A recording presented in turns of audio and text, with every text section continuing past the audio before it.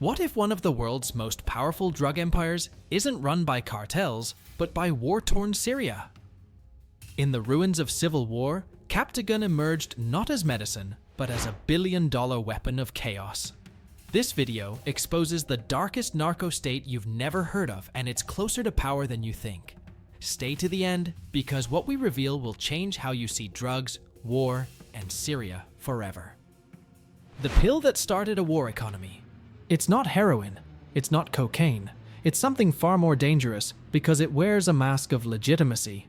Captagon was originally developed in the 1960s as a treatment for attention disorders and narcolepsy. But decades later, it found a second life in the Middle East, one not of healing, but addiction. The drug contains phenethylene, a powerful stimulant that fuels aggression, sleeplessness, and euphoria.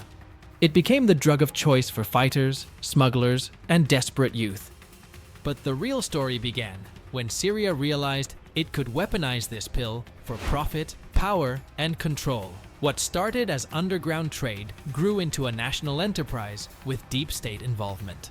What seemed like scattered smuggling operations were soon tied to people at the highest levels of Syrian power.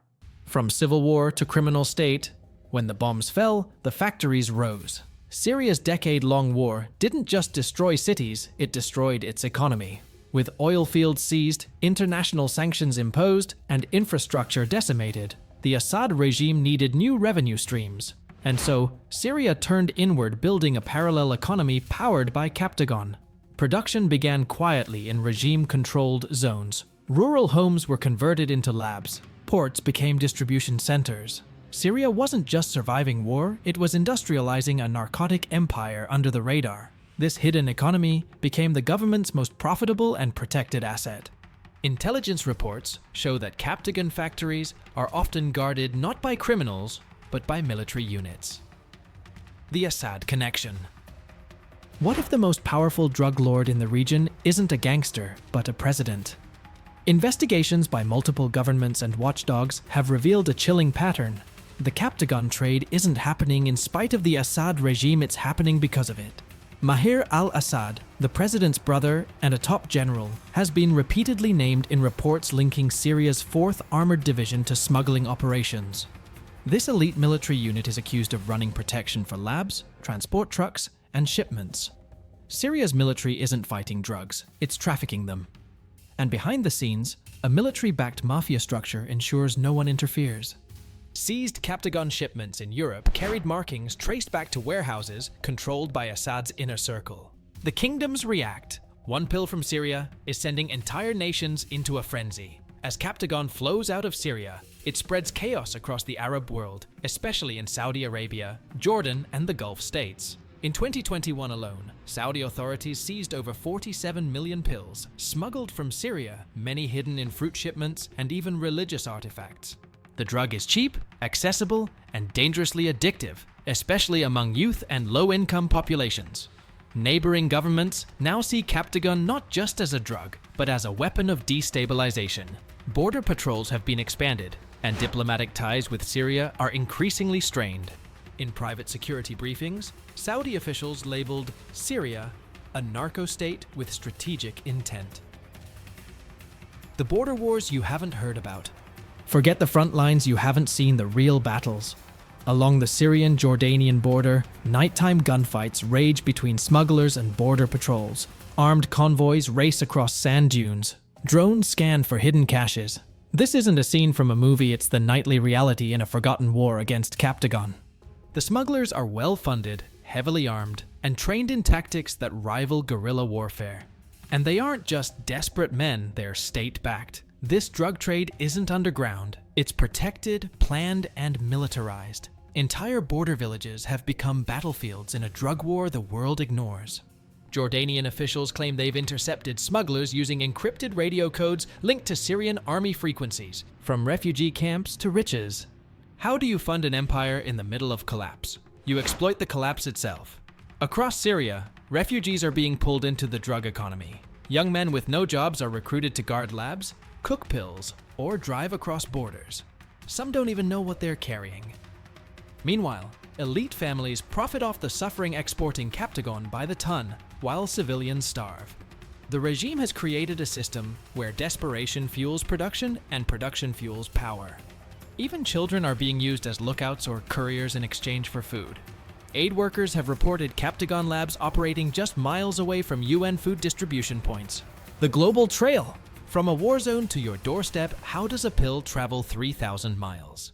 Captagon made in Syria has been seized as far away as Italy, Greece, and Malaysia. International shipping routes, fake companies, and diplomatic immunity have all been used to disguise the trail. In some cases, shipments were intercepted inside commercial cargo, disguised as spices or plastic pellets. This is no local crisis, it's a global trafficking network with Syria at the center. And for every container caught, dozens more slip through undetected. One of the world's largest Captagon seizures, worth over $1 billion, was traced back to a Syrian port overseen by the army. Chemical warfare by another name, Captagon isn't just addictive, it's strategic. Some intelligence analysts believe the regime uses the drug to weaken enemy populations, recruit child soldiers, and flood borders with addicted youth. In some regions, Captagon is deliberately distributed in prisons or conflict zones to control groups and incite violence. The drug doesn't just profit Syria, it destabilizes its rivals from within. It's not just about getting high, it's about control. This is psychological warfare disguised as narcotics. In one rebel-held zone, entire militias have been documented using Captagon as payment for loyalty. Why the world stayed silent? Everyone knew. Few acted. Why? Despite overwhelming evidence, international response has been limited. Sanctions have been imposed, yes, but no coordinated crackdown on the Captagon industry has occurred. Why? Because Captagon, horrifying as it is still considered secondary to political stability, military priorities, and diplomatic chess. Syria remains a pariah state, but one the world prefers to ignore rather than confront directly. Meanwhile, millions of pills cross borders each month, unchallenged. And as long as strategic interests prevail, silence will be the price of access.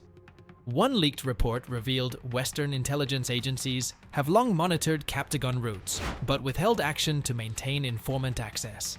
The empire will outlive the war. Even if peace comes, the pill won't stop. Captagon is no longer just Syria's dirty secret, it's its main export. The war may end, but the infrastructure, corruption, and incentives will remain. With billions in revenue, entire power structures are now built around the trade. Factories are hidden, routes are tested, and the demand only grows. Syria's war birthed a narco-empire and peace won't kill it. This drug will outlast governments, borders, and headlines. Intelligence analysts predict that even after Assad, Captagon may become the backbone of organized crime across the Middle East. This isn't just a story about drugs. It's a story about how war, corruption, and desperation create monsters you can't see on the battlefield. Captagon isn't just a pill. It's a weapon, an economy, and a symbol of everything broken inside Syria. As the world watches from a distance, this empire grows in silence. If this shocked you, imagine what else remains hidden in the shadows of war.